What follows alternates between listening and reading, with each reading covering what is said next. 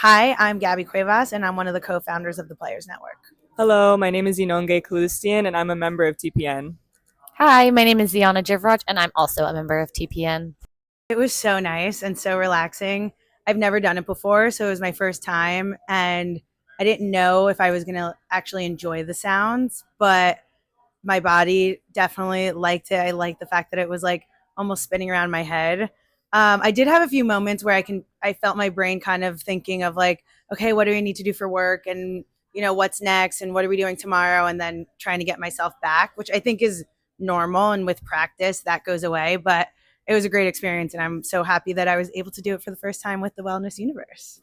I think as athletes, we take our physical recovery very seriously. I think we're all very diligent about ice bath and, rolling out your muscles and things like that. But mental and spiritual well being is just as important. I really enjoyed the session. I definitely want to take advantage of, all that the Wellness Universe has to offer.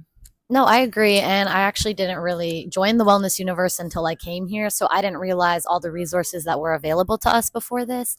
And the session last night was kind of just really relaxing. And kind of like Gabby said, like I found myself and my thoughts kind of going off and me trying to bring myself back. And it's a reminder of the fact that I feel like as athletes, like we're always going, always going, always going. And we feel like we always have to be going and we can't take that time and take that breath. But that was such a relaxing experience. And it was cool to be able to just like kind of disconnect from the outside world and be able to just focus in on my mental and kind of just check in with myself. So that was a cool experience.